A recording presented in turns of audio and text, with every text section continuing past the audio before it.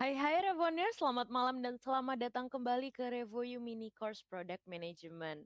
Apa kabar kalian malam ini?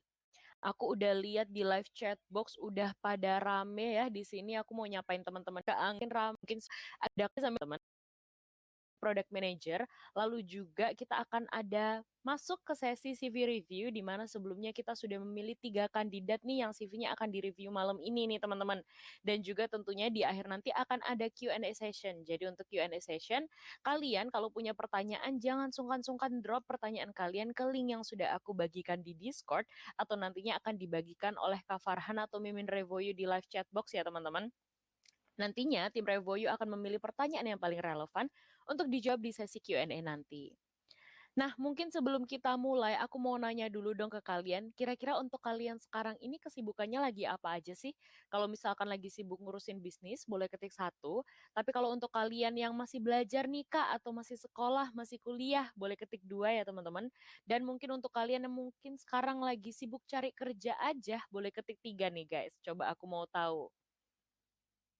Oke, aku nungguin respon kalian. Wah, udah rame juga ya di live chat box yang ngejawab. Banyak yang jawab satu-satu nih. Oke, nah mungkin kita langsung lanjut aja. Ada yang jawab 2 juga ternyata. Sip. Nah, lanjut lagi teman-teman. Pertanyaan selanjutnya nih guys. CV yang bagus itu menurut kalian harus disesuaikan sama background masing-masing nggak sih? Kalau misalkan iya, boleh ketik 1. Tapi kalau misalkan kalian ngerasa kayaknya nggak perlu deh, samain aja, boleh ketik 2. Tapi kalau kalian ngerasa, aduh kak aku nggak ngerti nih, nggak ngerti, boleh ketik 3 ya teman-teman. Wah, sibuk ngurusin Meng. Itu pilihan keempat ya, boleh diketik. Oke guys. Wow, Kak Kolivian udah ngebales juga nih. Kak Afriza juga. Nah, mungkin kita langsung lanjut aja ya teman-teman. Masuk ke sesinya yaitu Job Seeking 101 Session dan tentunya untuk sesi malam ini aku nggak akan sendiri nih guys. Karena malam ini aku akan ditemani oleh Kak Giani Nagodin atau biasa disapa Kak GG. Nah, Kak GG sendiri adalah manajer at GAC Group dan juga adalah Revoyu Career Mentor. Mungkin agar kalian lebih dikenal dekat nih sama Kak GG, kita langsung sapa-sapa Kak GG yuk. Halo Kak GG, selamat malam. Halo, selamat malam Kak Desi. Selamat malam teman-teman. Gimana kabarnya di malam hari ini? Harusnya baik ya. Betul banget Kak, di live chat box udah pada rame banget nih. Dan tentunya pasti semangat untuk sesi malam ini seperti KGG yang suaranya juga udah enjoy banget atau semangat banget untuk sesi malam ini. Mungkin kita bisa langsung masuk ke sesinya aja kali ya KGG. KGG boleh mulai dengan perkenalan terlebih dahulu dan langsung masuk ke sesinya. Jadi nggak usah berlama-lama, langsung aja silakan KGG. Oke, thank you Kak Desi. Selamat malam teman-teman. Selamat malam juga untuk Kak Farhan sama Kak Raisa yang akan malam hari ini temenin aku. Jadi kalau nanti ada pertanyaan sambil aku jelasin, nanti Kak Farhan sama Kak Raisa yang akan bantuin untuk ngejelasin gitu ya. Malam hari ini teman-teman lagi dengerin di mana nih sesi di Kamis malam ini? Ada yang lagi di rumah, atau ada yang lagi di kantor, atau ada yang lagi di jalan mungkin lagi kejebak macet, boleh aja taruh di komen, kita santai aja malam hari ini sesinya.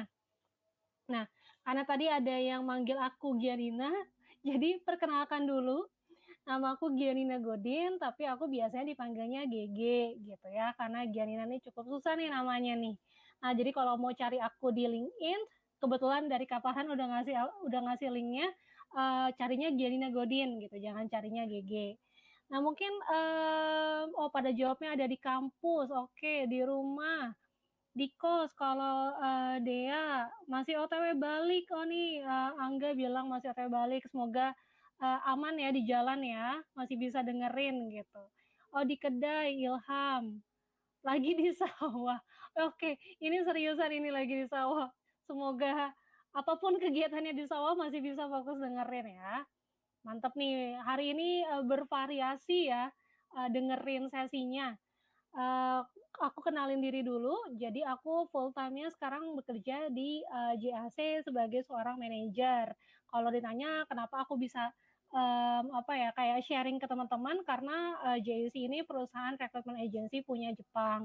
Jadi klien-klienku tuh banyak banget teman-teman dari mulai klien yang bisa dibilang startup sampai yang udah established dan aku udah pernah handle candidates dari posisi staff sampai posisi director level gitu. Jadi harapannya pengalamanku ini udah interview berbagai macam kandidat, udah ketemu berbagai macam klien gitu, dan udah nge-handle berbagai macam posisi, bisa bantu teman-teman nih untuk nanti dapat pekerjaan impiannya terutama di bidang PM. Dan sebagai part-time-nya, aku sebagai Revoyu Career Mentor. Jadi aku juga handle bisa dibilang student-students yang sama nih kayak kalian. Karena kan tadi kan kalian bilang ada yang masih kuliah. Aku pernah punya student masih baru lulus SMA, pernah, dan dia akhirnya berhasil untuk switch karirnya dan dapat kerjaan yang dia mau. Aku juga pernah handle yang baru lulus kuliah, itu juga sama, nggak mudah semuanya, tapi akhirnya mereka bisa dapat. Ada yang juga mau switch karir dari yang pekerjaannya tuh beda banget sebelumnya sampai akhirnya dia berhasil gitu. Jadi dan ada juga yang udah berpengalaman sebenarnya di bidang yang sama, terus dia mau upgrade aja. Dan itu rata-rata udah pada dapat pekerjaannya masing-masing. Jadi harapannya bisa bantu teman-teman. Nah nanti kalau ada pertanyaan, Kak Farhan udah ngasih linknya di dalam komen. Jadi mari serap ilmunya dalam-dalam gitu ya. Oke, jadi itu sekian dari aku, pengenalan diri dari aku, kita akan masuk ke sesinya. Tapi sebelum aku masuk sesinya, aku mau tanya nih sama teman-teman. Udah rata-rata nih ya, dalam 1 bulan, berapa banyak loker sih yang teman-teman apply gitu, yang teman-teman coba daftar? Apakah kayak, oh dalam 1 bulan rata-rata udah daftar 5, atau kayak ada yang lebih dari 50 mungkin gitu, ada yang kayak Kak 20-an. Kalau waktu kemarin tuh studentku tuh sempat pernah, sebelum aku take over, dia tuh apply 100 dalam sebulan gitu.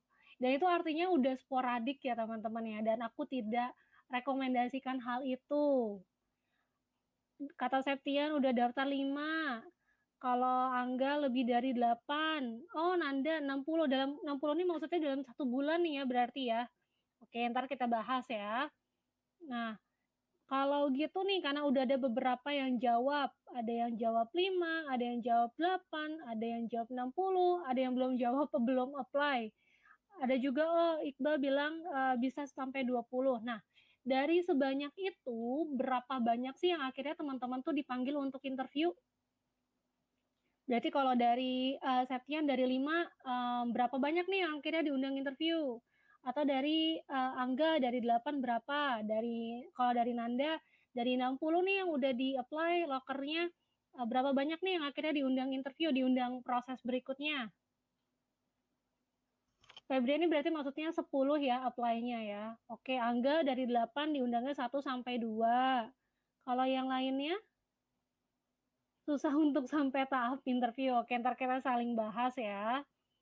Belum ada, cuma dilihat doang, cuma di ghosting aja gitu ya, di visit profilnya. Kolivian bilang 1 dari 20-an. Sehari aja bisa 20 apply Kak. Oke, dari 5 cuma 1. Oke, nah rata-rata mungkin nggak nyampe 30%-nya ya teman-teman ya, dapat undangan interview gitu. Padahal udah apply-nya banyak banget. Dan ini case yang juga banyak aku hadapin saat aku handle students gitu. Ada yang sampai 100 kalau nggak salah gitu. Dan akhirnya aku stop itu. Karena apa? Karena berarti teman-teman nggak bisa nge-track semuanya gitu.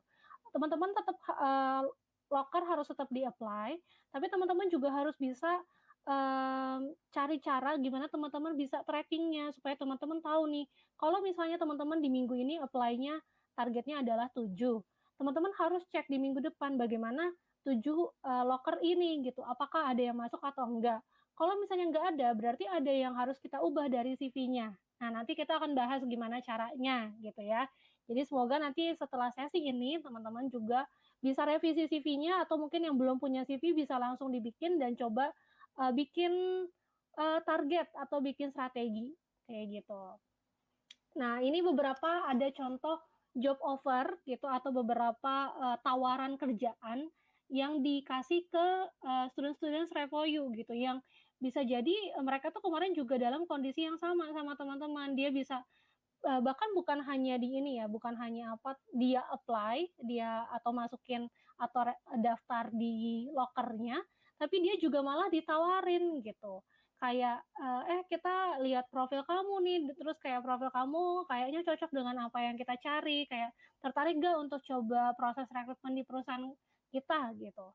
Ada yang ditawarin sebagai product manager atau bahkan ada juga yang akhirnya setelah dia apply atau dia daftar di lokernya, dia akhirnya diundang untuk interview bahkan sampai kayak, "Oh saya CEO dari perusahaan ini nih, kayak, mau nggak join di perusahaan kita?" Gitu. Dan ini dari teman-teman atau dari student-students yang punya, start yang punya apa ya, awalan yang sama sama teman-teman gitu. Terus akhirnya setelah student-studentsnya Revoyo ini coba prosesnya, proses rekrutmennya, tentu saja dengan, skill-skill yang sudah mereka asah gitu ya, mereka akhirnya bisa diterima gitu di perusahaan itu. Kayak ada yang bisa diterima di, sebagai product manager di Pol.id gitu, ada yang diterima kerja sebagai product manager di Logisly, product manager di Sinarmas Mining, di Waste for Change, di Grow.id, dan ini bukan hanya perusahaan tech gitu teman-teman, atau perusahaan, startup, tapi ada juga banyak yang akhirnya pekerjakan di perusahaan-perusahaan yang udah established gitu. Jadi kalau aku ngebagi perusahaan biasanya sebagai perusahaan yang startup sama perusahaan yang established gitu, dan produk, PM ini itu tuh banyak juga bukan hanya dibutuhkan di tech atau di startup, tapi sebenarnya di perusahaan established pun juga bisa gitu. Tapi tentu aja teman-teman, ini kan contoh good news ya, jadi kalau nanti teman-teman, join misalnya di Revoyu, terus teman-teman masuk ke, Slack-nya Revoyu, itu biasanya kita selalu, share gitu kalau ada yang diterima kerja, untuk apa, untuk mengapresiasi, terus untuk menyemangati, dan untuk juga menginspirasi yang lainnya kayak, "Oh dia punya start yang sama sama aku, tapi dia bisa nih, kalau dia bisa kenapa aku enggak?" Kayak gitu. Cuman yang aku bilang, untuk mencapai titik ini tentu aja nggak mudah teman-teman. Ada banyak banget proses yang panjang yang harus dijalanin. Dan karena setiap perusahaan itu punya SOP yang berbeda, punya sistem yang berbeda, jadi bisa aja punya step-step yang berbeda-beda gitu ya untuk rekrutmennya. Tapi rata-rata biasanya nih ya, aku misalnya HRD perusahaannya, terus misalnya aku cari product manager. Aku pasti bikin dulu nih lokernya nih, entah di Jobstreet kah, LinkedIn kah, Glints kah, dan segala macamnya gitu. Aku cari product manager, requirement-nya ini, kriterianya. Nah, nanti kan pasti ada tuh yang apply. Nah, karena aku bukan hanya pakai satu sistem untuk nyari kandidat, jadi misalnya aku pakai LinkedIn, Jobstreet, sama website, itu aja udah ada 3 gitu ya. Pasti tiga-tiganya tuh ada aja yang daftar gitu. Dan kadang tuh bisa sampai ratusan teman-teman yang daftar. Nah dari yang sampai ratusan atau bahkan kadang ribuan untuk posisi-posisi lainnya, aku kan harus nge-screening dulu nih, mana nih yang aku cocok untuk aku interview dulu nih gitu. Terus kalau dari mungkin misalnya nih dari 500 yang daftar, mungkin yang aku hubungin tuh nggak nyampe 50-nya teman-teman untuk HR interview gitu. Nanti dari situ mungkin, aku bisa bilang sekitar 10 sampai 20 aku HR interview, nggak lama juga. Nanti kalau misalnya mereka oke, mereka lolos di HRD interview-nya, mereka tuh biasanya dikasih, case study-nya. Jadi ada, "Oh kalau misalnya ini, nanti kamu kayak gimana?" Gitu. Dan ini bisa berlaku secara presentasi gitu teman-teman, atau teman-teman nanti disuruh submit, paper-nya atau submit, jawabannya. Terus nanti baru diundang user interview. Cuman tiap perusahaan pasti berbeda caranya yang tadi aku bilang. Jadi bisa aja teman-teman habis di review terus mau diundang interview, tapi teman-teman harus submit case study-nya dulu, studi kasusnya dulu itu ada. Baru nanti teman-teman diundang HR interview sekaligus user interview itu ada. Ada juga mungkin lebih dari 4 step. Ada lagi mungkin step terakhir itu director interview itu juga ada teman-teman. Jadi lagi-lagi berbeda, dan teman-teman sebenarnya bisa nanya nanti kalau teman-teman diundang interview. Di saat pertanyaan terakhirnya teman-teman bisa nanya, "Abis ini step-nya apa lagi?" Gitu. Nah, untuk, step HR interview dan user interview pasti pertanyaannya juga berbeda teman-teman. Saat kita, dapat HR interview, itu pasti pertanyaannya cocok atau enggaknya sama culture perusahaan dan segala macamnya. Cuman untuk dapetin interview ini, kita pasti harus mulai dari step yang pertama dulu, gitu. Kita harus lolos dulu nih, CV kita, atau kita harus lolos nih aset kita. Nah, kalau di sini job seeking assets, assets itu kalau di Revoyu kita bilangnya, terbagi jadi 3 ya, teman-teman. Apa namanya, CV ini berarti termasuk, cover letter kalau teman-teman, butuh gitu. Ada beberapa perusahaan yang butuh cover letter, berarti CV dan cover letter, kemudian, LinkedIn profile-nya teman-teman, sama portfolionya. Jadi kalau teman-teman mau apply sebagai PM, seenggaknya teman-teman punya 3 aset ini. Atau teman-teman udah, merasa 3 aset ini tuh oke, yaitu, apa namanya, CV dan cover letter, LinkedIn profile-nya, sama, apa satu lagi tadi, portfolio, gitu. Dan ini yang harus teman-teman bikin. Jadi kalau ada yang belum punya sekarang, harus sudah dibikin sekarang, gitu. Nanti teman-teman sambil ngelihat nih, CV-nya. Nah, kalau gitu aku mau tanya nih, menurut teman-teman, kenapa sih kita harus bikin CV? Gitu. Coba boleh taruh di komen kalau menurut teman-teman tuh CV itu gunanya untuk apa sih? Sebelum aku bahas lebih jauh tentang bikin CV, kita belajar dari dasarnya dulu nih. Kenapa kita harus bikin CV? Coba. Ya, karena disuruh Kak, jadi bikin aja. Oke. Atau ada yang punya pertanyaan lain? Pernyataan lain kenapa harus bikin CV? Personal branding, kalau kata Iqbal, oke. Yang lain ada yang punya alasannya menjelaskan singkat tentang diri kita, untuk menggambarkan latar belakang pendidikan kita untuk bekerja. Oke, so far semua jawabannya benar nih. Ada yang lain mungkin? Aku masih belum mendapatkan beberapa keywords ya sebenarnya teman-teman. Untuk memudahkan HRD memilih kandidat, memperkenalkan diri secara singkat, biar tahu background story. Oke, ada lagi yang lainnya? Kata Roni supaya HRD tahu kita lebih banyak. Kata Kak Farhan, don't shy-shy ya teman-teman ya. Sebagai personal branding secara singkat, padat, jelas. Oke. Kalau gitu aku compile aja jawabannya gitu ya, teman-teman. CV itu sebenarnya dibutuhin untuk betul memperkenalkan diri kita kepada ya perusahaan gitu ya. Tapi bukan hanya memperkenalkan, tapi memberitahukan potensi kita, kelebihan kita, pengalaman kita, dan juga capabilities kita gitu. Kira-kira kita cocok atau enggak oleh perusahaan ini untuk mereka tuh undang kita interview. Betul. Jadi Salsabella bilang nih, untuk melihat apakah kita sesuai sama posisi yang dicari apa enggak.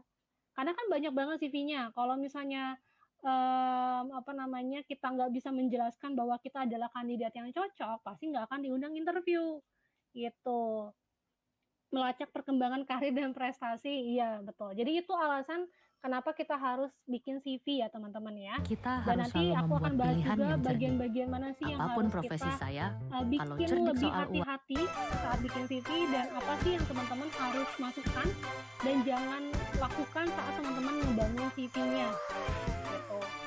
Nah, teman-teman coba dicek CV-nya masing-masing, apakah CV teman-teman itu udah apa ya, udah maksimal atau belum sih gitu untuk teman-teman tuh diundang interview. Apakah karena kan kadang gini, kalau aku misalnya ngobrol sama beberapa kandidat terutama fresh grad gitu, kayak, "Kak, aku tuh sebenarnya kalau ngobrol tak atau guna kalau bising-bising. interview tuh Cuba fikir apa yang bagus patut gitu, tapi dibuat. aku di CV-nya kok Terus nggak ambil dapat air dari undangan kolam terus mandi ya." lah. Dan aku pas aku coba take a Pandai chance pun. gitu ya, maksudnya aku Ambil coba satu bagi. Upah pun nak guna. cobalah interview dulu nih, kayaknya CV-nya nggak bagus, tapi coba interview ternyata orangnya bagus. Cuman kan kadang kasihan kalau misalnya CV-nya 2 nggak bungkus ni pun dah menggambarkan cukup. kemampuannya dia, tapi padahal Alhamdulillah. dia tuh bagus gitu. Makanya itu alasan teman-teman CV-nya itu nggak boleh kosong banget. Nggak boleh kosong banget, tapi juga nggak boleh terlalu over. Karena apa? Rumah tak Karena ada kalau air lah. teman-teman terlalu over, Tengok berarti je. teman-teman nggak bisa Tak meng-highlight ulunglah. apa sih yang Berat harus ni. dilihat oleh Ros, lawan jangan bicaranya. marah-marah. Bulan puasa gitu. kena banyak Kalau misalnya bersabar. terlalu Kita kosong, masak berarti untuk kan orang teman-teman berbuka juga tu nggak satu bisa menyampaikan ibadah. apapun, nggak bisa meyakinkan si perusahaannya kalau teman-teman tuh memang kandidat yang Ya, bagus pandai cucu opah. gitu. Jadi itu alasannya kenapa teman-teman CV-nya Jangan itu harus merungut. Kita patut berdoa. apa ya? Nanti kita Semoga ada dipermudahkan strateginya segala lah. Nanti urusan. aku akan bahas di berikutnya. Nah, kalau gitu Apa-apa aku punya pun, pertanyaan biar lagi tak ada nih sama elektrik teman-teman dan tak untuk ada air. dijawab di komen ya. Menurut teman-teman, berapa lama seorang rekruter kenapa atau pula ni? HRD nge-review CV teman-teman? Aku HRD, aku nyari PM gitu ya, nyari product manager.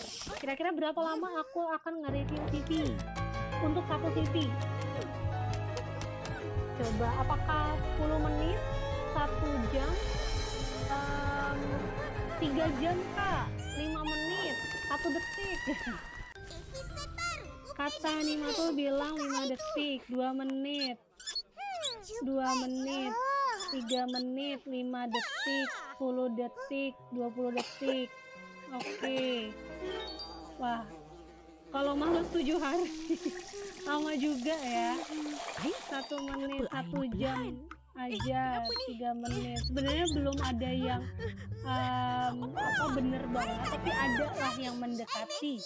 Kalau ada yang menjawab di atas 5 menit itu udah salah gitu, karena jawabannya adalah 7 detik ya teman-teman. Ini perkiraan, ini menurut studi ya, 7 detik. Tapi lagi-lagi setiap orang tuh punya kemampuan untuk nge-review CV itu berbeda-beda. Tapi rata-rata itu adalah 7 detik. Kalau misalnya tadi ada yang jawab 10 detik gimana kak? 10 detik itu masih oke. Menurut aku ya sampai 30 detik tuh masih bisa kehitung nge-review CV. Terutama kalau posisi-posisi yang dicari atau role yang dicari itu memang agak spesifik. Tapi rata-rata 7 detik. Bahkan kalau orangnya canggih banget gitu ya bahasanya, itu tuh bahkan bisa kurang dari 7 detik teman-teman. Karena dia udah tahu orang kayak gimana yang harus dia cari. Jadi rata-ratanya 7 detik. Kenapa sih bukan selama itu ya. Kenapa sih secepat itu? Jangan trauma dulu ya teman-teman ya. Kenapa sih cuma 7 detik? Karena yang tadi aku bilang, saat aku misalnya nyari PM gitu ya. Nyari PM ini pasti banyak banget nih yang masuk. Bukan hanya seratusan, bahkan bisa lebih teman-teman. Gitu.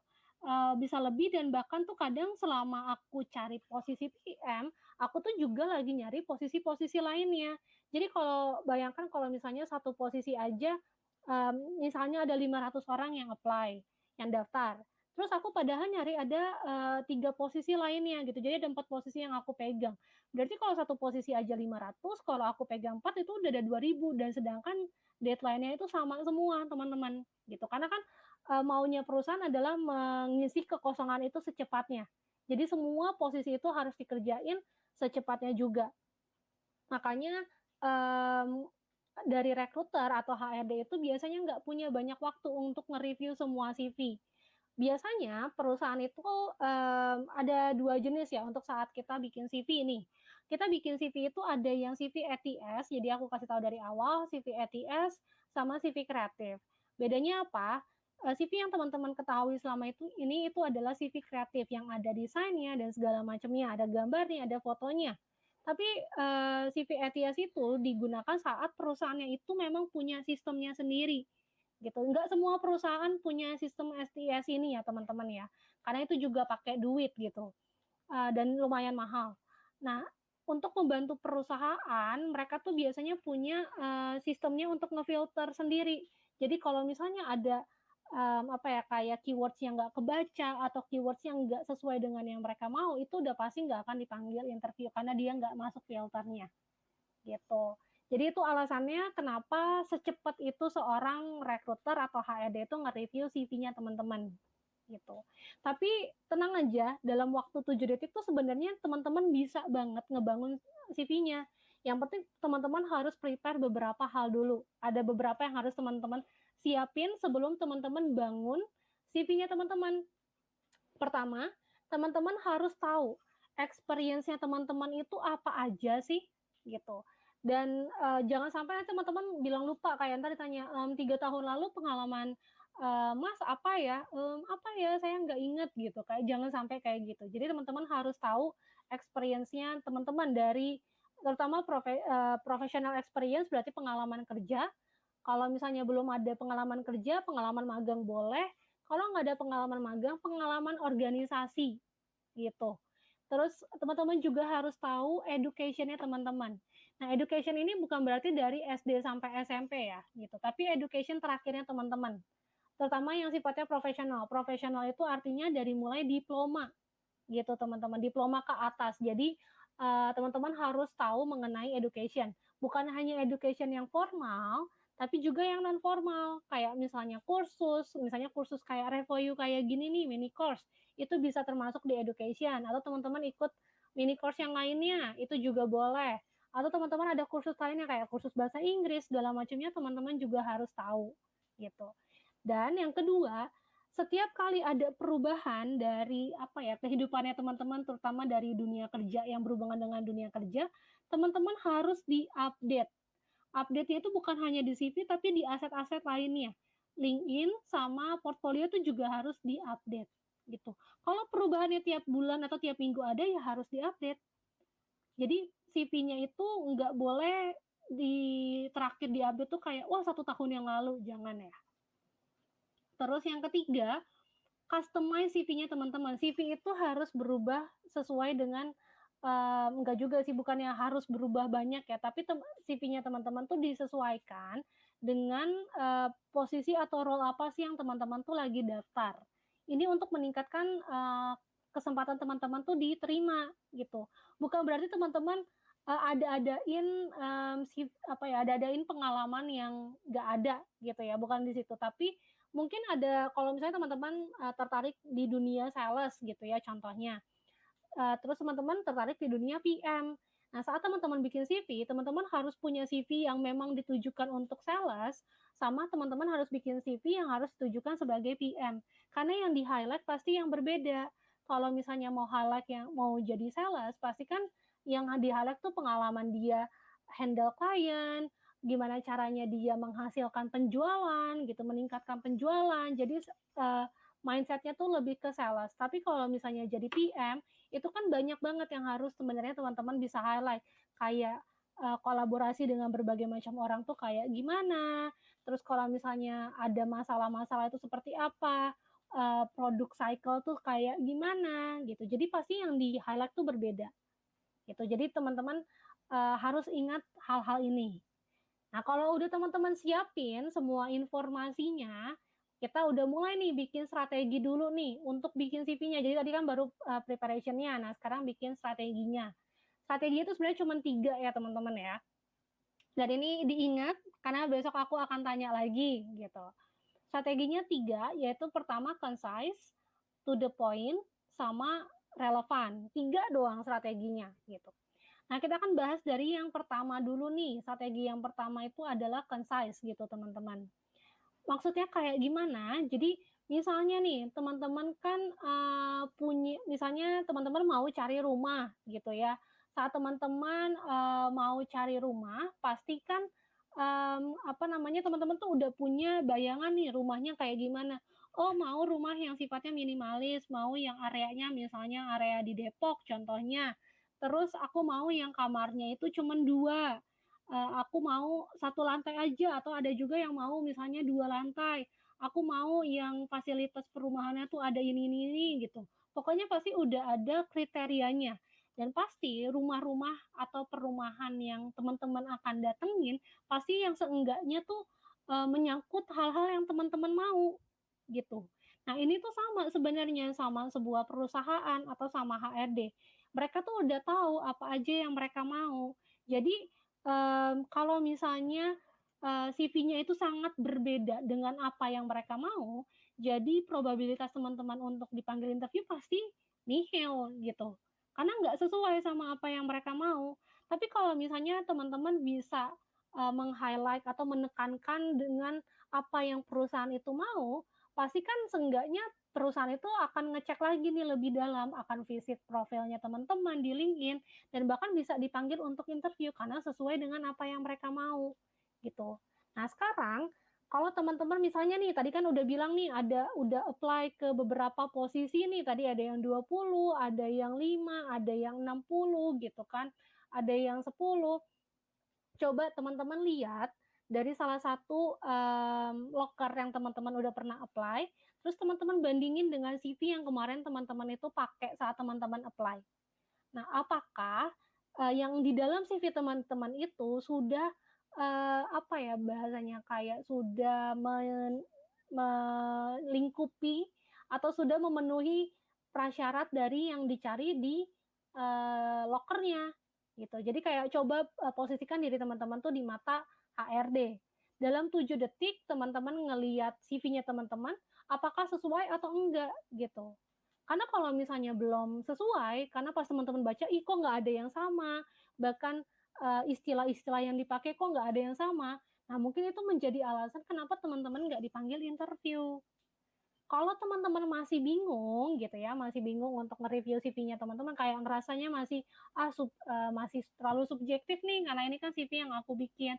Teman-teman bisa minta tolong sama orang lain yang teman-teman ngerasa bisa kasih penilaian yang objektif untuk nge-review CV-nya teman-teman dan bandingin sama loker yang pernah teman-teman daftar, gitu. Jadi itu, strategi yang pertama, CV-nya teman-teman itu harus menjawab kebutuhan dari perusahaannya, gitu ya. Strategi yang pertama. Strategi yang kedua adalah to the point. Nah, ini yang menurut aku banyak juga kesalahan yang aku lihat saat aku nge-review CV. Untuk teman-teman yang fresh graduate, aku tidak menyarankan teman-teman CV-nya itu, halamannya banyak banget yang bisa lebih dari 5. Karena menurut aku itu udah oversharing gitu. Sedangkan CV itu kan harusnya compact gitu ya, compact dan dalam waktu yang singkat kita tuh langsung kebayang, "Oh, nih orang tuh, kayak gini gini gini gini," gitu. Nah, kalau misalnya terlalu panjang, berarti tuh udah nggak to the point, karena bisa jadi teman-teman kan biasanya suka ada nih job desk gitu ya di, organisasi atau di tempat kerja, itu bisa-bisa teman-teman tuh sebenarnya, tulisin semuanya, padahal harusnya tuh nggak semuanya. Teman-teman sebutin bukan job desk-nya, tapi apa aja sih prestasi yang pernah teman-teman itu buat di pengalaman tersebut. Ya, kalau di sini contohnya misalnya berhasil mendapatkan 85% dari target goal dalam, mendapatkan misalnya 10 klien contohnya. Atau kalau misalnya teman-teman yang, organisasi, berhasil, misalnya berhasil, berhasil membuat acara contohnya ya, kalau berhasil membuat acara pensi, contohnya pensi dengan, misalnya kehadiran 500 penonton contohnya, gitu. Atau berhasil membuat lomba dengan pesertanya sebanyak ini, kayak gitu. Terus atau teman-teman yang misalnya ada pengalaman di debate team gitu ya, tim, debat, kayak berhasil memenangkan ini, gitu. Jadi teman-teman sebutin hal-hal yang memang bisa bikin teman-teman tuh stand out dari, orang-orang lainnya, to the point. Nggak yang kayak, membuat, report harian, terus berikutnya membuat report mingguan, membuat report bulanan, itu nggak harus kayak gitu ya. Dengan teman-teman bikin kayak membuat report aja gitu ya, membuat report harian, mingguan, bla bla bla, itu udah cukup. Terus bingung, biasanya suka bingung nih pertanyaannya, "Kak, gimana kalau misalnya nggak ada angkanya sama sekali?" Gitu. Jawabannya adalah nggak apa-apa teman-teman. Kalau misalnya nggak ada angkanya sama sekali, teman-teman bikin bahasa bahasa apa ya, bahasa kalimat itu sebagai bahasa output. Bedanya kayak gini, bedanya adalah, membuat report bulanan, gitu contohnya. Tapi kalau bahasa output adalah berhasil membuat, misalnya berhasil membuat, report 10 report, dalam 1 bulan, contohnya, gitu. Atau misalnya teman-teman, kerja sama tim gitu, kan biasanya kayak, bekerja bersama member lain untuk membuat acara, contohnya. Tapi harusnya kita bisa bikinnya lebih spesifik, kayak misalnya, kerjasama dengan 10 orang untuk membuat acara mengenai ini, gitu. Jadi spesifik, terus dipersingkat, cuman compact gitu. Jadi itu yang harus teman-teman bikin ya, strategi yang kedua. Nah, strategi yang ketiga yaitu relevannya. Yang tadi aku bilang, sama kayak concise itu harus merespon apa yang dicari oleh perusahaannya, termasuk kalau mereka menggunakan istilah-istilah profesional tertentu. Kalau misalnya perusahaannya itu tetap bikin istilahnya adalah brainstorming, terus teman-teman tulisnya itu adalah kerjasama untuk membuat ide gitu ya, itu pasti nggak akan masuk karena nggak merespon istilah atau keywords yang dibuat oleh perusahaannya.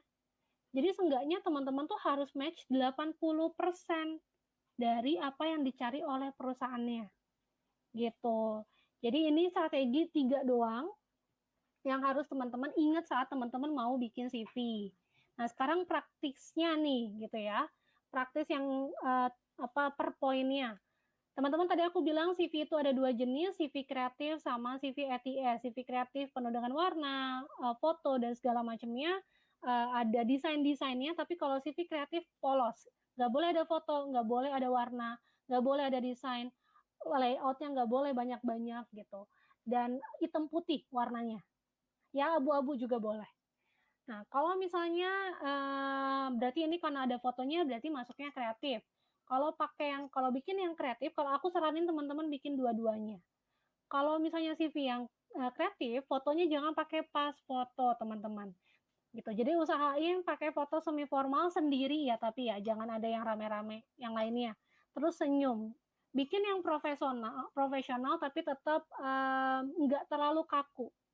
Nah, terus kalau misalnya di sampingnya foto nih, terus teman-teman ada nama gitu ya. Terus di bawahnya teman-teman harus masukin title ini tuh CV untuk apa gitu.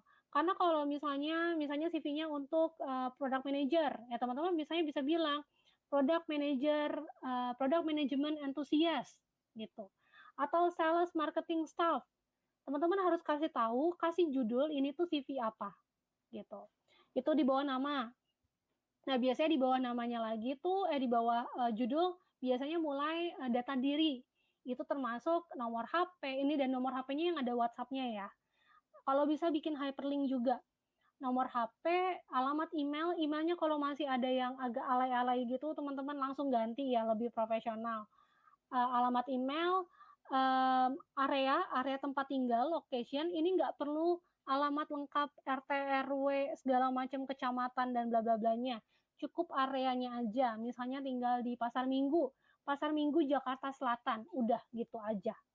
Terus masukin LinkedIn-nya teman-teman gitu dan dibikin hyperlink supaya bisa langsung mengarah ke profilnya teman-teman.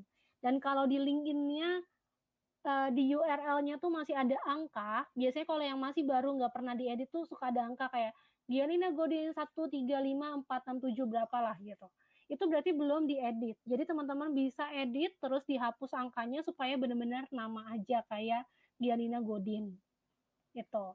Terus biasanya suka lagi masukin tadi kan portfolio ya. Jadi kalau udah ada portfolionya, teman-teman masukin link untuk ke portfolionya dan dibikin hyperlink juga supaya gampang. Nanti ada pertanyaan, Kak, kalau tanggal lahir boleh nggak? Boleh, itu terserah gitu. Terus kalau ada yang pertanyaan, Kak, status pernikahan, masukin atau enggak? Itu nggak perlu. Terus kalau ada yang nanya, Kak, ini media sosial boleh nggak? Itu terserah aja. Karena menurut aku itu sedikit impact-nya ya, gitu. Terus nanti kalau udah masuk di data dirinya, masuk ke about me. Nah, yang banyak salahnya adalah dibikin about me-nya ini. Aku bisa kayak ngasih kalau dalam aku nge-review CV gitu ya. Ada kali 10 orang yang punya about me-nya ini mirip-mirip banget. Kalimat yang dipakai adalah teamwork, leadership, terus hardworking. Udah gitu doang semuanya. Jadinya tuh nggak ada keunikannya satu CV dengan CV lainnya, teman-teman.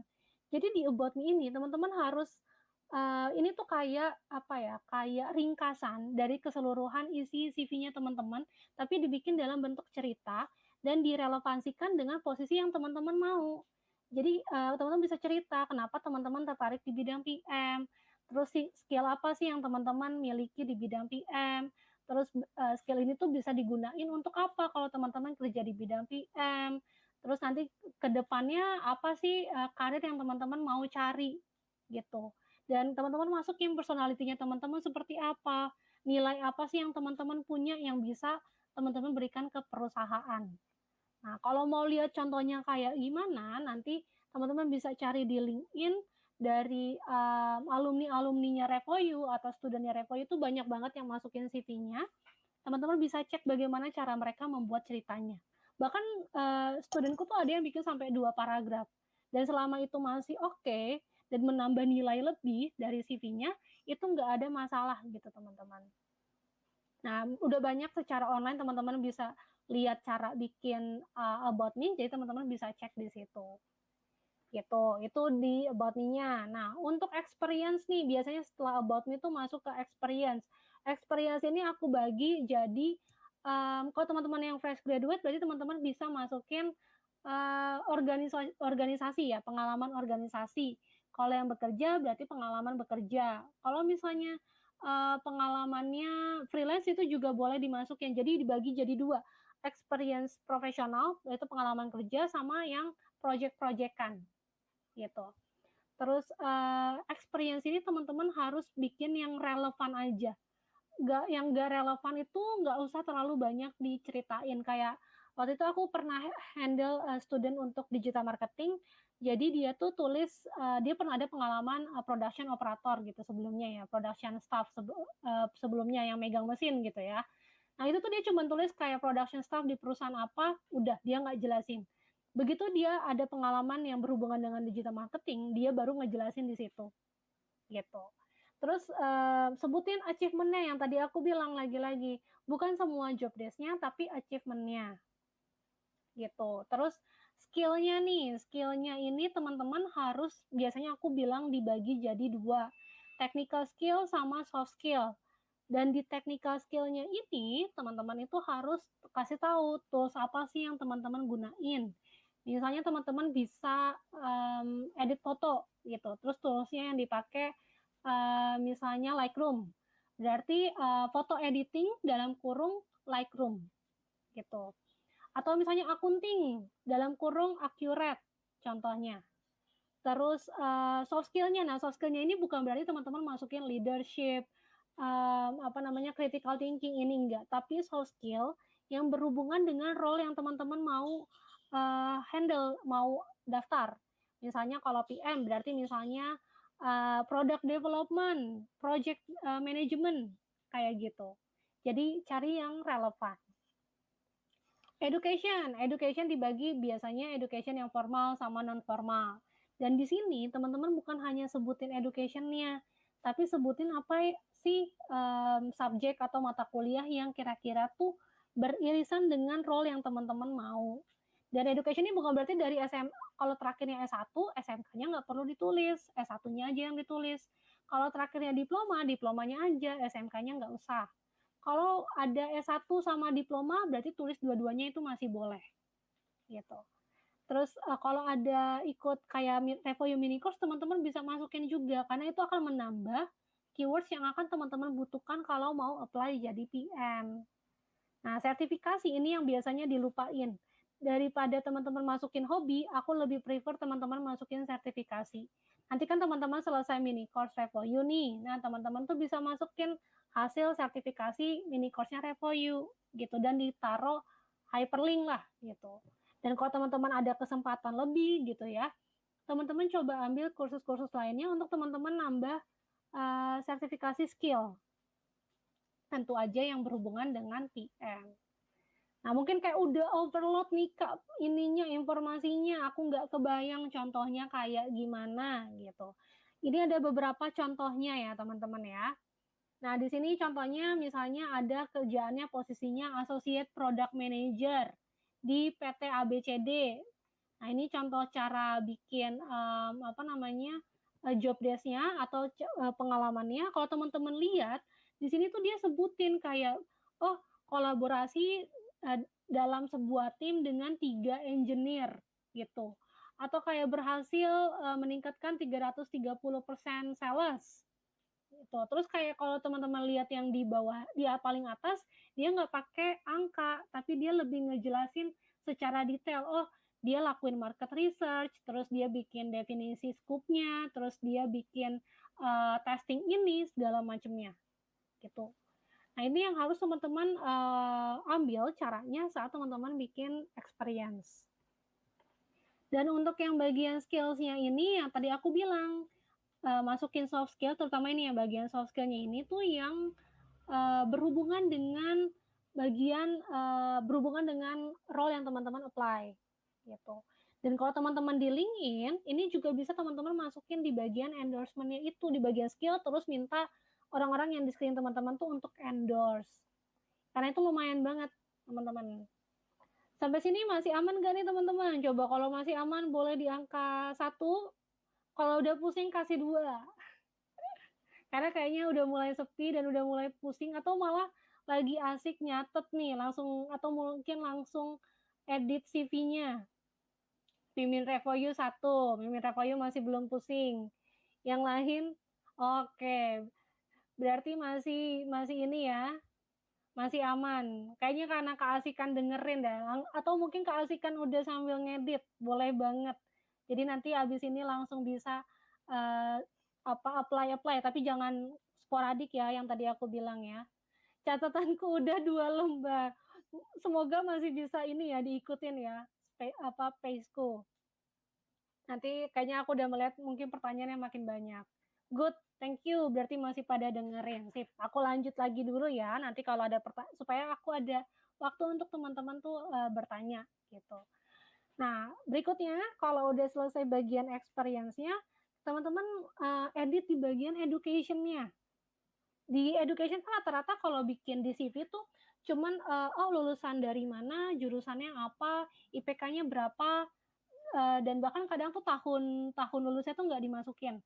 Nah, teman-teman di sini contohnya kalau teman-teman tetap harus sebutin dia lulusannya apa gitu ya, terus diploma kalau misalnya bachelor ya, misalnya Bachelor of Science in Computer Science, kalau diploma ya masukin misalnya diploma dalam kurung 3 gitu ya, diploma misalnya in Public Administration gitu. Terus masukin institusinya, boleh masukin tanggal lulusnya, bukan tanggal ya, tahun lulusnya, atau masukin kayak gini dari kapan sampai kapan, itu sebenarnya nggak ada masalah ya teman-teman, gitu. Karena menurut aku di bidang PM ini termasuk yang kayak nggak terlalu perhatian yang kayak gitu. Yang penting teman-teman punya skillnya. Terus bisa masukin IPK-nya, sama yang tadi aku bilang nih, subjek-subjek atau mata kuliah yang kira-kira nih beririsan gitu sama posisi PM. Kalau di sini kan ceritanya karena dia computer science, pasti dia belajar dong tentang algoritma, belajar tentang software development yang kalau dia kerja di perusahaan tech sebagai PM, pasti itu akan dipakai untuk membuat fitur-fitur baru gitu. Terus secara nggak langsung karena dia belajar software development, pasti dia juga belajar product development gitu. Dan pasti akan belajar juga project management. Nah, misalnya kayak teman-teman yang kerja atau yang kuliahnya tuh engineering. Di engineering itu kan kadang teman-teman juga diminta untuk merangkai, untuk membuat sebuah produk baru contohnya. Nah, itu bisa teman-teman masukin sebagai product development. Terus mungkin teman-teman akan belajar nih gimana caranya untuk menjual barangnya contohnya. Nah, itu kan sebenarnya teman-teman harus membutuhkan kayak harus tahu nih audiensnya, pembelinya itu marketnya seperti apa. Jadi bisa masukin market research gitu. Kalau ada mata kuliahnya. Contohnya. Nah, sertifikasi kayak yang tadi aku bilang nih, mini course Revoyu kan nanti teman-teman dapat ya, tinggal dibilang mini course product management dari kapan sampai kapan. Terus teman-teman sedikit jelasin selama berapa minggu ini teman-teman tuh belajar apa aja sih di bidang PM gitu. Itu karena lumayan banget untuk nambahin keywords-nya teman-teman ya. Nah, itu beberapa contoh education sama sertifikasi. Terus Kak, kalau misalnya nambahin informasi yang lain kayak boleh gak kayak apa? Misalnya organisasi. Nah, organisasi tuh boleh. Cuman organisasinya tentu aja yang bisa menambah nilai ya teman-teman. Kak, aku pemenang nyanyi ini gitu. Menurut aku itu nggak terlalu relevan dengan role yang teman-teman mau sebagai PM. Jadi itu boleh di skip. Tapi kalau teman-teman bisa bilang kayak, oh Kak, aku menang debat ini nih, atau aku aktif di organisasi debat. Nah itu kan sebenarnya cukup banyak skills yang teman-teman bisa dapetin dan akan digunakan saat teman-teman jadi PM, kayak misalnya critical thinking dan segala macamnya. Nah, itu bisa dipakai. Gitu. Jadi harus dipilah-pilah, gitu ya. Nah, akhirnya nih kita masuk apa sih yang tidak boleh teman-teman lakukan saat bikin CV. Aku bahas dari yang kreatif dulu ya. Berarti kalau yang kreatif, teman-teman jangan terlalu banyak warnanya, jangan terlalu macam-macam jenis tulisannya, desainnya jangan aneh-aneh lah teman-teman, jangan nabrak-nabrak warnanya kayak merah, kuning, hijau gitu, jangan. Terus pokoknya cari yang masih aman-aman aja. Menurut aku kayak di Canva segala macamnya tuh banyak ya yang aman-aman aja. Nah teman-teman bisa pakai itu. Terus yang tadi aku bilang bagian about me-nya terlalu general, nggak spesifik, nggak ada kelihatan perbedaannya sama CV-CV orang lain pada umumnya. Nah, sorry itu harus diganti lebih spesifik gitu. Terus apa namanya? Kalau misalnya yang ATS, nanti teman-teman jangan pakai foto, jangan pakai warna, bahkan jenis tulisannya yang normal-normal aja, Times New Roman, Calibri, Arial, kayak kayak gitu doang. Nggak boleh pakai yang jenis macam-macam, percantik gitu, enggak. Terus jangan terlalu banyak sharing yang tadi aku bilang, oversharing jadi 5 halaman. Ingat kita cuma punya waktu 7 detik. Kalau kebanyakan CV-nya dan ternyata poin yang bagus itu ada di halaman keempat, kemungkinan besar nggak dibaca teman-teman karena terlalu banyak. Jadi harus compact, tapi harus bisa memuat seberapa besar potensinya teman-teman. Gitu. Nah, kalau teman-teman udah memperhatikan ini semua, sebenarnya udah selesai cara bikin CV-nya. Jadi teman-teman udah tahu nih sekarang gimana sih bikin CV untuk teman-teman tuh mulai nanti daftar sebagai seorang product manager. Tapi biasanya muncul lagi nih pertanyaan nih, kayak, Kak, kalau education background aku tuh nggak relevan, apa sih nanti yang harus aku lakuin gitu. Kayak kan product manager, ini kan sebagai PM, product manager, tapi aku backgroundnya dari akunting atau aku backgroundnya tuh dari engineer gitu. Kayaknya kan beda banget nih kalau mau apply jadi product manager. Terus yang kedua biasanya pertanyaannya adalah Kak apa namanya pengalamanku nih belum banyak atau bahkan belum ada gitu. Aku harus ngapain sih? Dan kayak mungkin akhirnya teman-teman udah habis dengerin aku jadi makin bingung Kak gimana nih custom CV-nya kalau aku mau punya kalau aku benar-benar mau jadi PM gitu.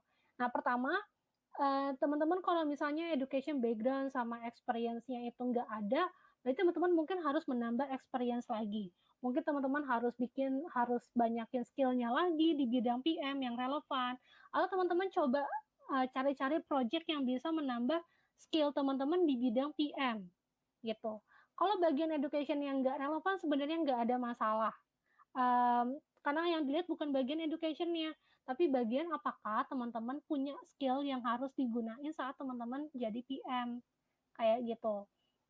Terus kalau nanti customize CV berikutnya kayak gimana, Kak?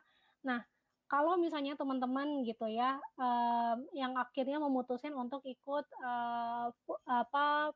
full course product manajemennya Revoyu. Nah, nanti teman-teman sebenarnya tuh dapat karir mentor gitu.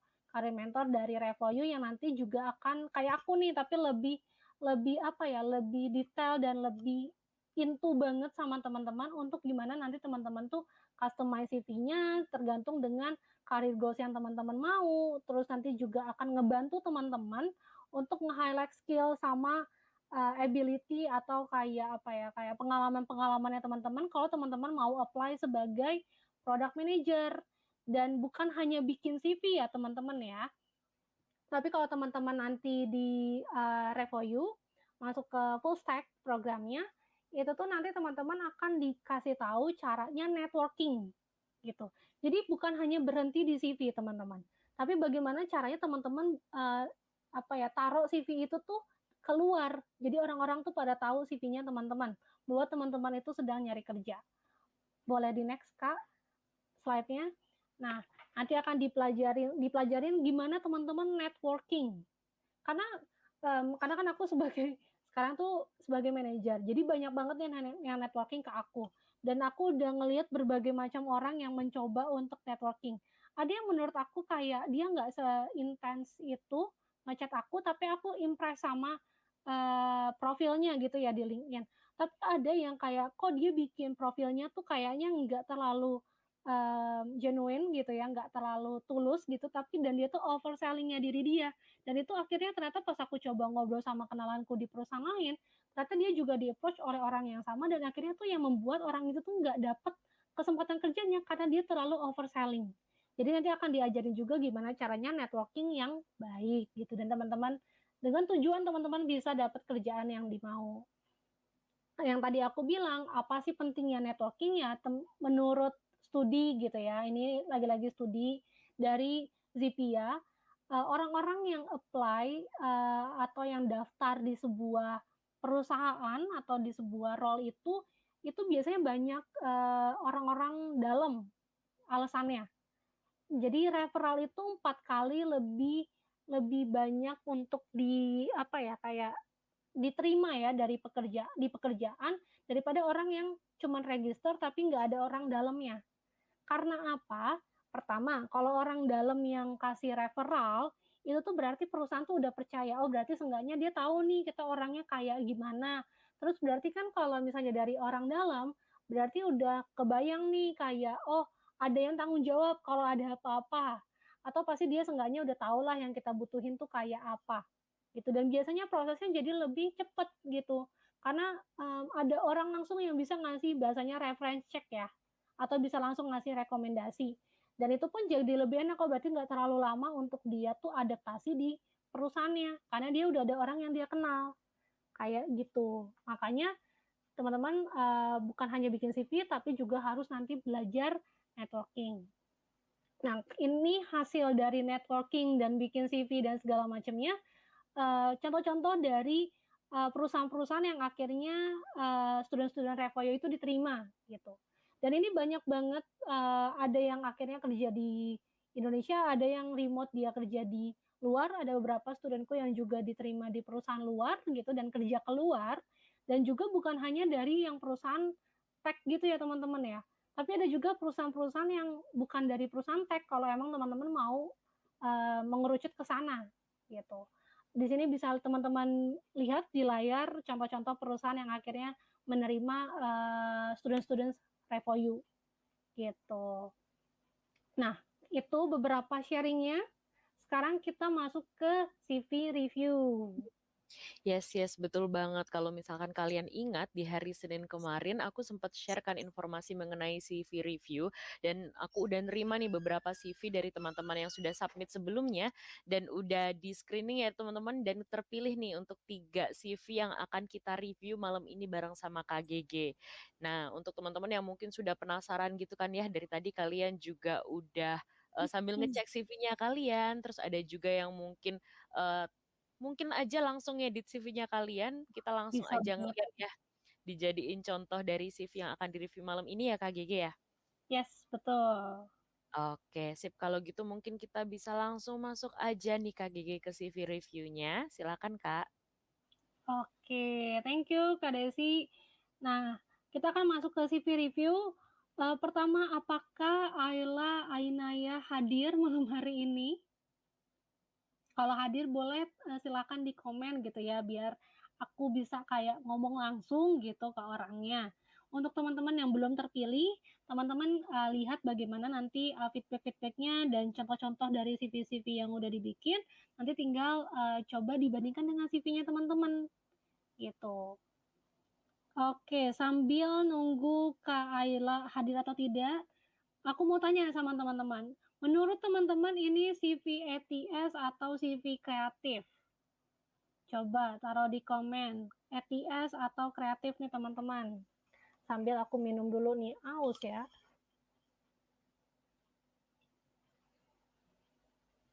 ETS atau kreatif menurut teman-teman CV-nya Kak Ayla ini? ETS, oke. Aku masih melihat dulu nih. Ada yang menjawab lebih? Ada yang menjawab kayak yang lain selain ETS gitu? Oke, jawabannya rata-rata pada bilang ETS. ETS tapi berwarna Kak.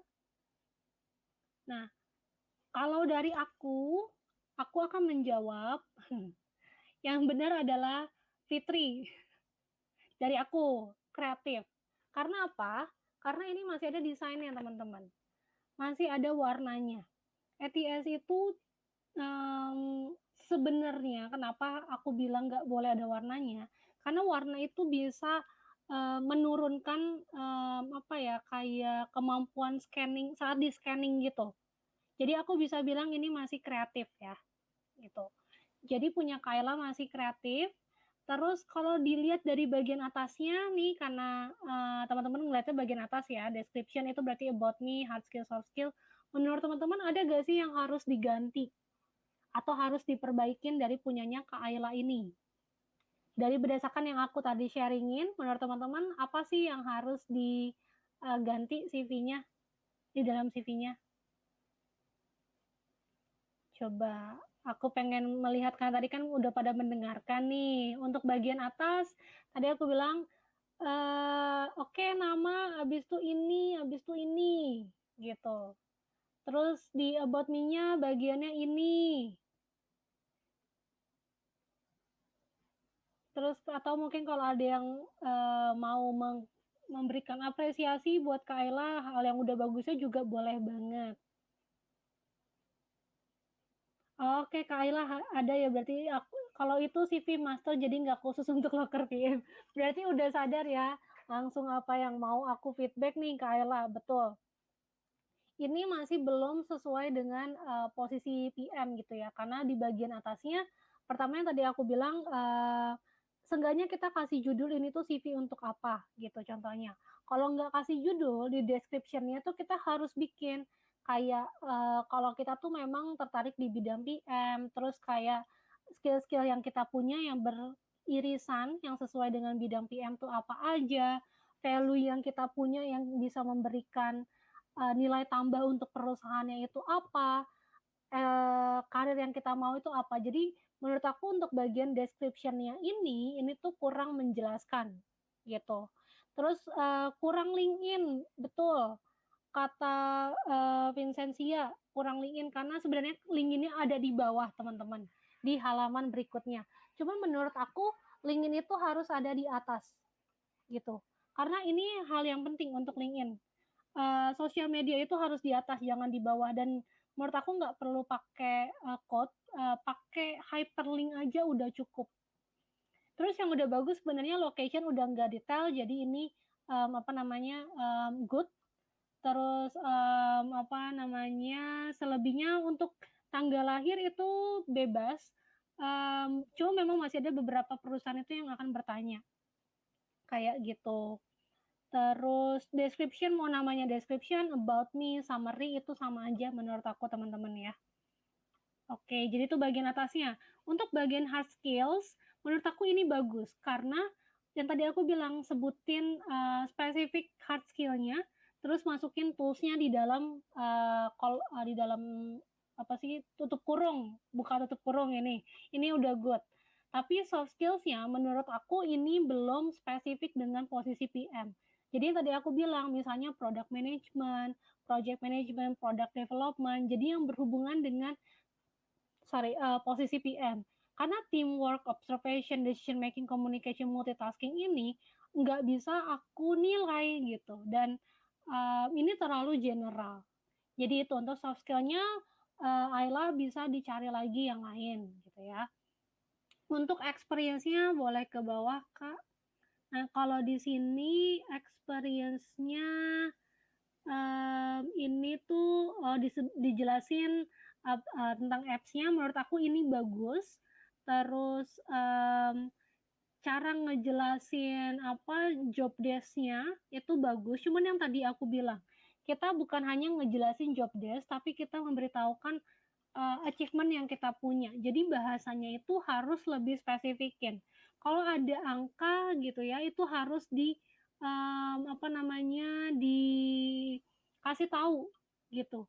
Kayak misalnya conduct research and develop content ini tuh berapa banyak sih yang dibikin contohnya.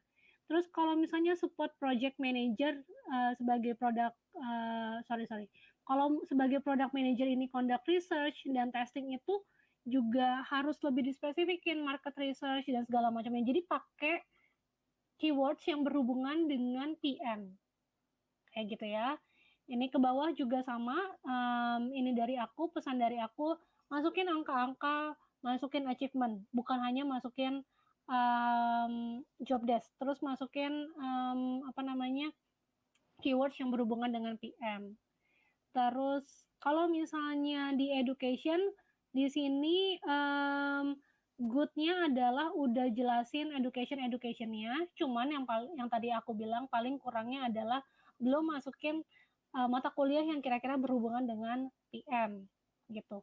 Dan karena nanti kan udah dapat sertifikat RevoU, nah itu bisa dimasukin juga. Nanti achievement mungkin nanti bawahnya masukin certification. Jadi kalau ada yang bilang 2 halaman gimana Kak? Nggak apa-apa gitu.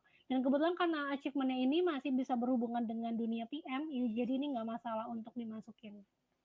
Kayak gitu. Tapi so far so good, Ayla, menurut aku cara Aylanya mencoba memilih kalimatnya sudah oke. Cuman emang ini belum direlevansikan dengan dunia PM. Kayak gitu ya. Jadi good untuk Kak Ayla. Nah, kita akan masuk ke CV berikutnya. Kalau penempatan, ini pertanyaan bagus kan, ini aku akan bahas langsung penempatan skill boleh di atas kah? Nah, untuk menurut aku, dari mulai summary, bawahnya itu teman-teman harus masukin experience. Skills itu masukin di bawah, teman-teman. Terus kalau misalnya, Kak, aku project freelance itu lebih banyak relevansinya dengan dunia PM daripada work experience-nya. Berarti itu masukin di atas project-nya. Jadi apapun yang lebih relevan dengan role yang kita mau apply, itu taruh di atas. Tapi skills itu harus taruh setelahnya. Kayak gitu ya. Jadi tadi pertanyaan yang bagus ya, Kak Elona. Itu jawaban aku. Tadi sorry banget tadi aku miss untuk ngomongin itu. Padahal udah ada di otak, tapi aku tadi lupa untuk ngomonginnya. Oke, kalau gitu kita lanjut ke punyanya Demetria Mayana. Apakah hadir malam hari ini? Dan sambil kita tunggu Demetria hadir atau enggak, ini CV ETS atau kreatif, teman-teman? Coba. Pasti udah pada tahu ini, CV-nya ETS atau kreatif. Kreatif, Kak? Atau oke. Udah pada tahu ya? Betul. Ini adalah ETS ya, teman-teman ya. Karena kalau misalnya dilihat CV-nya ini benar-benar nggak ada warnanya, terus nggak ada desain-desainnya, nggak ada fotonya gitu. Dan di sini kalau teman-teman dilihat bagian atasnya, karena nggak ada warna, betul. Kalau dilihat bagian atasnya, menurut teman-teman apa sih yang perlu diubah atau diperbaiki dari punya Demetria? Berdasarkan tadi coba cara aku nge-feedback. Sebenarnya ini mirip-mirip nih sama punya Kak Ayla yang harus diubah di bagian atasnya. Judul, betul. Teman-teman yang masih student, menurut aku nggak usah dibilang kayak information system student. Teman-teman bisa bikin produk, let's say product management enthusiast gitu. Jadi jangan pakai kata studentnya ya. Terus penempatan nama. Nah, kalau yang kayak gini, kemungkinan besar namanya nanti karena kan ETS itu nge-scan ya teman-teman, dan akan ngeisi sendiri kategori-kategori atau section-section tertentu. Kalau tulisannya kayak gini, nah di barisan nama itu ada tulisan location dan segala macamnya, nanti bisa jadi di bagian namanya tuh akan sampai nomor HP gitu. Karena ini kan satu line ya, dan ETS tuh ngebaca tiap line-nya gitu. Dan karena dia udah mengkategorikan ini adalah nama, jadi namanya nanti kayak Demetria Mayana A Bandung Indonesia kayak gitu. Jadi itu harus diubah, nggak boleh terlalu harus satu-satu lainnya. Makanya mungkin kalau bikin ETS nanti akan lebih panjang halamannya. Terus tadi ada yang bilang lebih dijelasin project apa aja di bagian profile summary. Betul. Ini good kalau mau jadi UI UX gitu. Tapi lagi-lagi tadi aku bilang sama kayak Kak Ayla, kalau mau dijadiin bidang PM, pengalaman UI UX-nya atau skill yang berhubungan dengan UI UX-nya ini harus dikorelasikan atau direlevasikan sama posisi PM. Karena kalau kayak gini aku bilang kayak, oh, oke dia mah cocoknya jadi UI UX gitu. Aku nggak ngeliat dia jadi PM dan aku nggak ngeliat dia memang tertarik di bidang PM. Jadi bagian profile summary-nya ini harus dijelasin lebih lagi.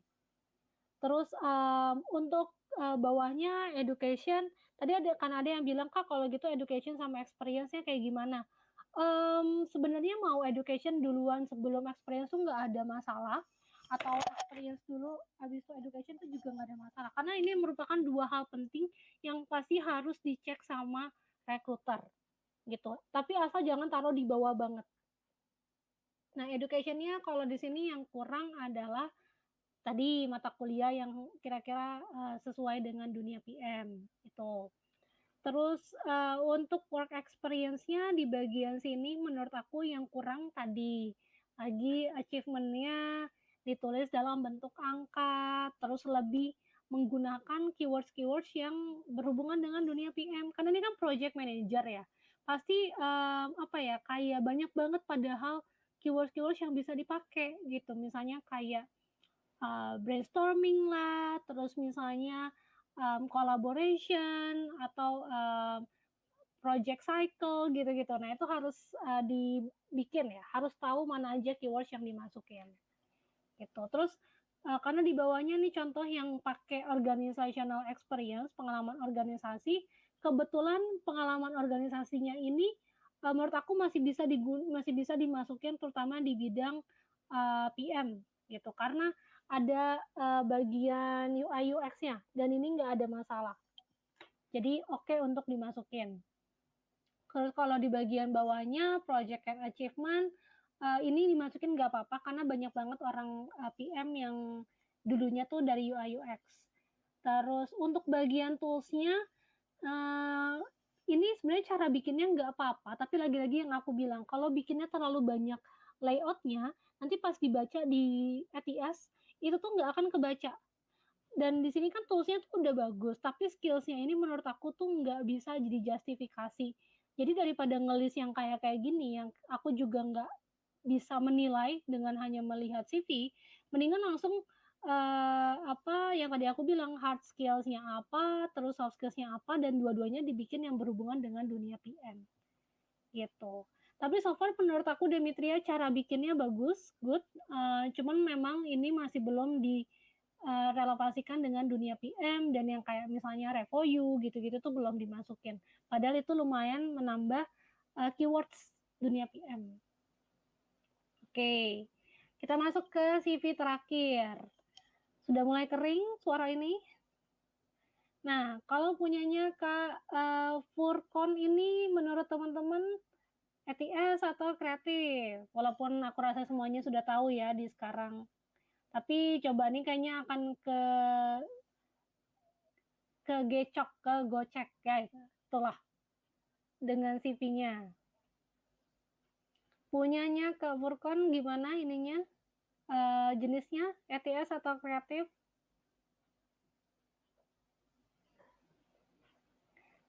Good, betul, kreatif. Kenapa teman-teman ini kreatif? Udah pasti semua alasannya sama ya. Ini kreatif karena masih ada warna. Kita pokoknya mau dia bentukannya kayak ATS tapi berwarna, aku tetap bilang ini adalah kreatif gitu. Karena masih berusaha untuk membuat ini tuh kreatif gitu. Kalau kita mau bikin ATS, kita udah nggak mikirin lagi, oh warnanya harus beda biar jelas. Enggak, udah nggak mikirin kayak gitu aja. Tapi kita udah langsung kayak yang kita pikirin adalah kontennya. Kalau dari atas, ini biar nanti teman-teman bisa bertanya, jadi aku lanjutin dulu. Dari atas yang tadi aku bilang sama 2 CV sebelumnya, ini belum ada judulnya ya. Tadi kan teman-teman juga udah, tapi boleh tambahin ya teman-teman, hasil feedback-nya teman-teman itu apa aja di dalam komen. Nah, walaupun subnya di sini good-nya adalah subnya itu jelas. Ini menurut aku good.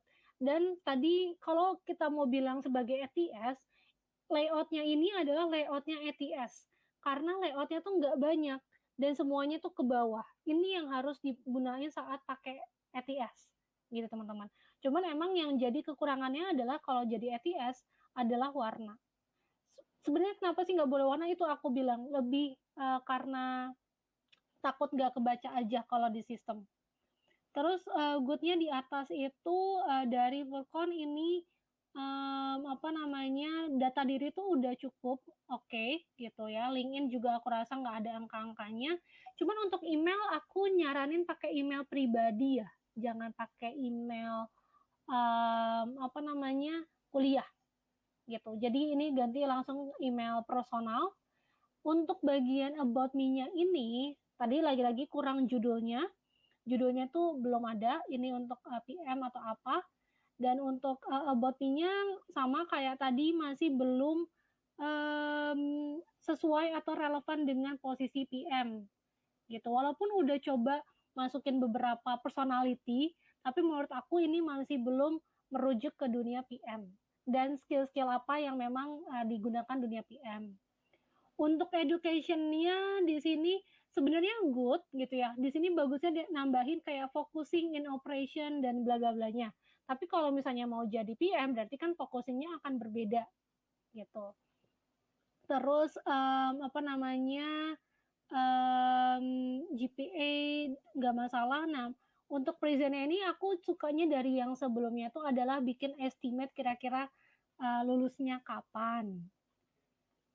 Untuk training, workshop, and forum ini, menurut aku kalau misalnya yang nggak relevan dengan dunia PM itu nggak perlu dimasukin. Teman-teman detail apa ya, detail pengalaman hidupnya teman-teman itu sebenarnya bisa dimasukin di LinkedIn. Jadi yang pasti full, penuh, dan segala macamnya itu di LinkedIn. Kalau di CV itu nggak perlu teman-teman. Gitu. Nah, karena di sini pengalamannya Furkon itu lebih ke internshipnya nggak ada yang lebih ke organisasi experience. Nah, di sini menurut aku pengalaman organisasinya tuh jadi terlalu banyak gitu. Padahal dengan nyebutin beberapa yang paling bagus-bagusnya aja itu udah cukup. Dan yang tadi aku bilang saat kita walaupun ngejelasin pengalaman organisasi, di sini good-nya dari punyanya Furkon adalah nulis angkanya. Yang dari tadi aku cari adalah nulis angkanya. Di sini di bagian agak ke bawah, dia tuh nulis kayak misalnya lead lebih dari 70 staff gitu. Atau engage lebih dari 70 staff. Nah, itu adalah hal yang bagus karena jadinya kayak kebayang scope dia tuh sejauh apa sih untuk leadership-nya atau untuk teamwork-nya. Untuk bagian skill paling bawah, menurut aku ini sudah cukup detail gitu karena bahkan kategorinya tuh lebih banyak daripada yang aku jelasin. Cuman yang tadi aku bilang harus masukin skill-skill yang berhubungan dengan dunia PM gitu. Jadi menurut aku rata-rata sih sama feedbacknya. Relevansi ke dunia PM-nya yang belum ada. Walaupun karena ini masih baru ya nggak apa-apa. Oke, wah tadi feedbacknya untuk ketiga review sudah lengkap banget ya teman-teman. Dan di live chatbox sepertinya udah banyak yang diem kemungkinan lagi nyatet semua ya. Betul. Langsung Iya, ngubah kayaknya CV-nya. betul banget. Nah teman-teman, aku juga mau infoin ke kalian nih, nanti di sesi akhir kita akan ada sesi Q&A untuk menjawab semua pertanyaan-pertanyaan yang sudah masuk di Slido ya guys. Dan untuk kalian yang mungkin masih punya pertanyaan, boleh banget untuk di-drop lagi aja pertanyaannya sambil menunggu sesi Q&A-nya. Nanti mungkin Kak Gigi boleh take break dulu, nafas dulu nih Kak. Kita Betul. ketemu lagi di sesi Q&A ya Kak. Oke. Oke.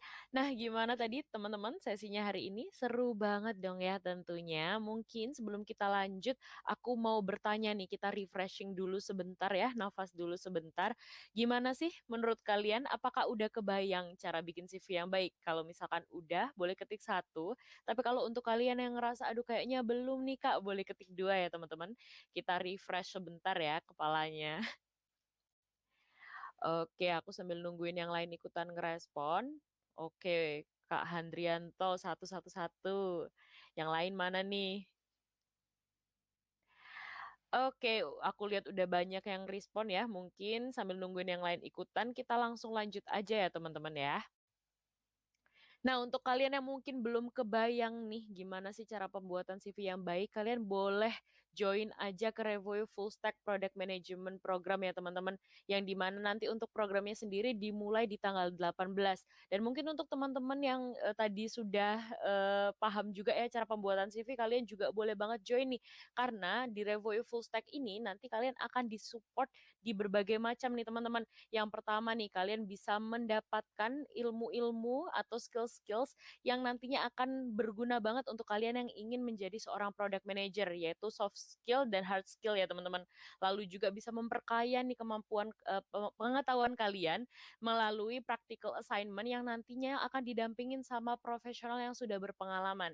Selain itu juga tentunya pastinya kita akan mensupport kalian untuk proses perjalanan pencarian kerjanya kalian nih melalui CV building, terus kemudian juga ada mock up interview dan lain-lain ya teman-teman. Dan banyak banget nih yang tentunya bisa mempermudah perjalanan pencarian karir kalian.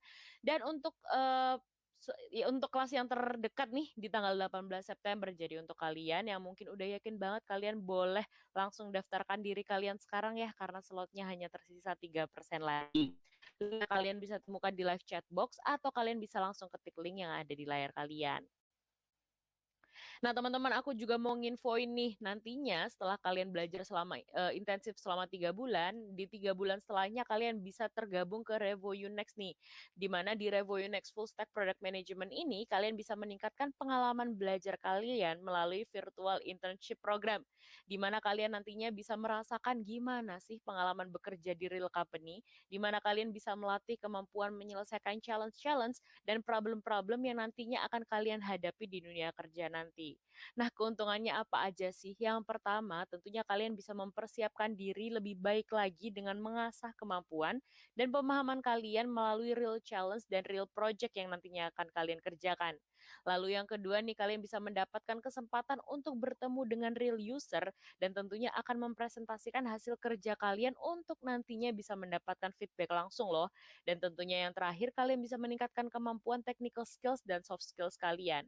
Di mana nantinya kalian akan mendapatkan virtual internship ini dari real company juga loh teman-teman. Jadi jangan sampai lewatkan keseruan ini ya guys ya. Kalian bisa langsung daftarkan diri kalian sekarang juga. Nah, aku sekarang akan membahas nih mengenai program dari Revoyu. Jadi program dari Revoyu sendiri ada 2 ya.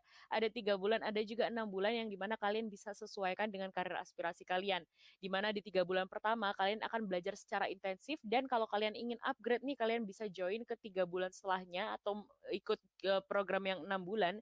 Dimana kalian bisa mendapatkan Revoyu Next nih, di mana yang tadi yang aku sudah jelaskan, kalian bisa mendapatkan atau mengerjakan project-project yang akan didampingin sama mentor yang sudah berpengalaman.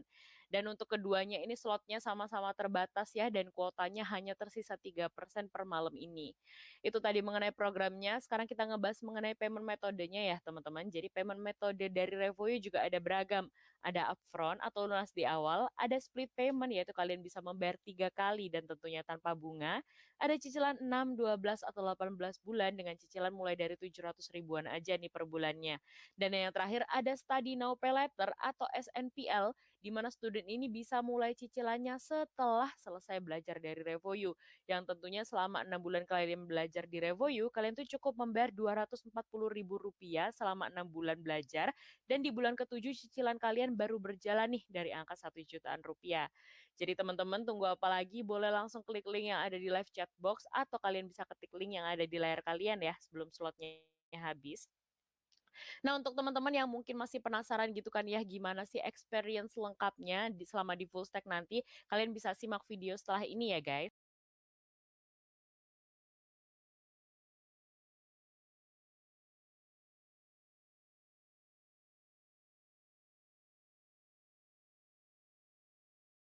Aku tunjukin beberapa bulan ke depan keseharian kamu selama di Revoyu nanti.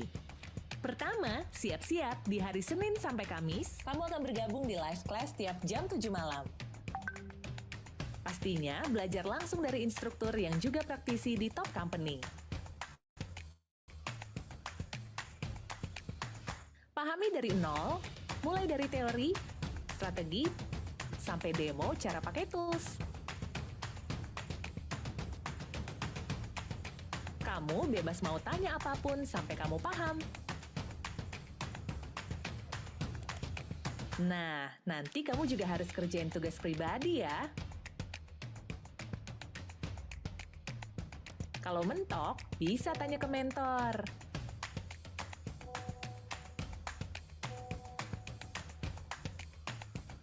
Lanjut lagi, ngerjain grup project. Di sini, kamu akan dapat teman seperjuangan baru, meskipun beda kota, beda usia, dan beda latar belakang. Seru kan?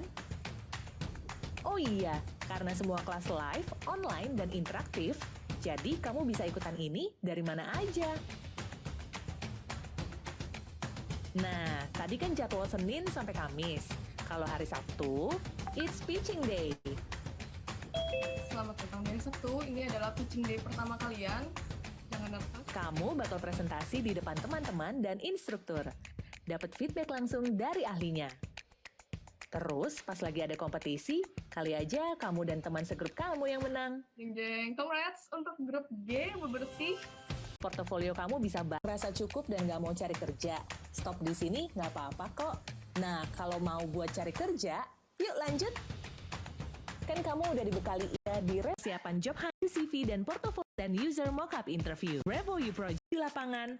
Proses ini will be very empowered. Wah, nggak keras. Ini dengan ribuan kamu tetap ini sekolah yang alumni lewat dan expand. Kita layoff membutuhkan tapi juga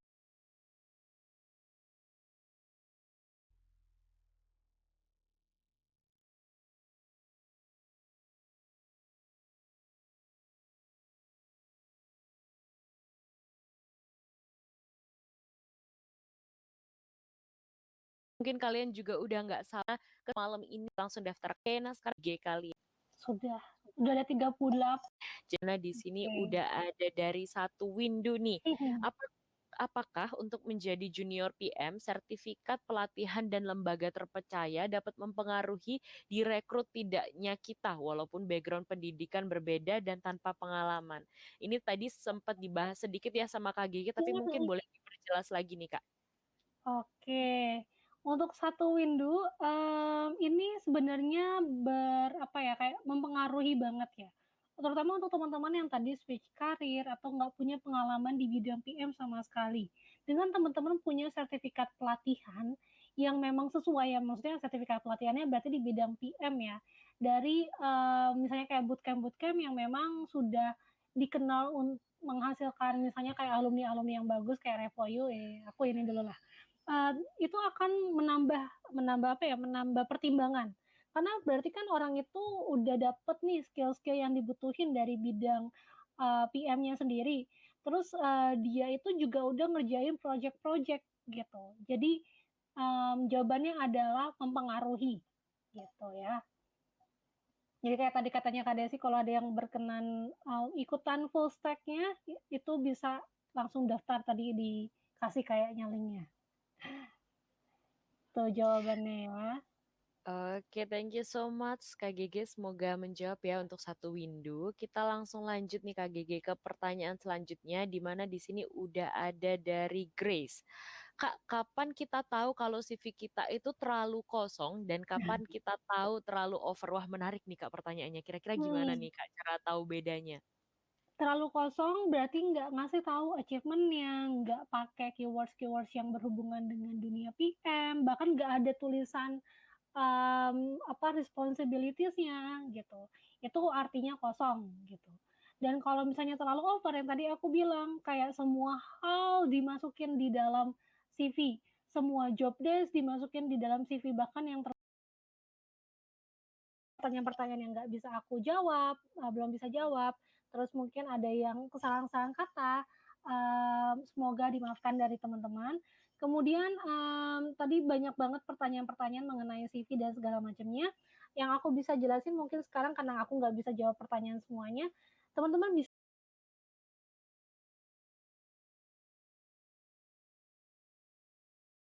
adalah terdiri dari 20 soal pilihan ganda terus nih untuk mendapatkan sertifikat digital. Selain itu juga kalian wajib hadir dan absen setiap harinya ya teman-teman. Jadi jangan sampai ketinggalan isi absen ya guys. Terus kemudian juga di dalam number test dan juga 20 soal sertifikasi, kemudian mendapatkan nilai maksimal kalian akan mendapatkan jalur fast track. Apa sih jalur fast track itu? Nanti aku jelaskan di slide berikutnya ya. Untuk certification test sendiri, deadline-nya tuh di hari Jumat jam 23.59, yaitu besok ya teman-teman. Terus kemudian kita langsung membahas mengenai case study nih. Case study itu apa sih? Jadi case study sendiri adalah tugas praktikal untuk menambah skill product manajernya kalian nih. Di mana kalian nanti akan menerima jawabannya setelah kalian mengumpulkan ya teman-teman, khusus case study aja. Dan untuk case study ini walaupun sifatnya opsional, tapi kalian boleh banget nih teman-teman untuk melatih kemampuan skills kalian yang kalian sudah pelajarin sebelumnya untuk kalian kerjakan.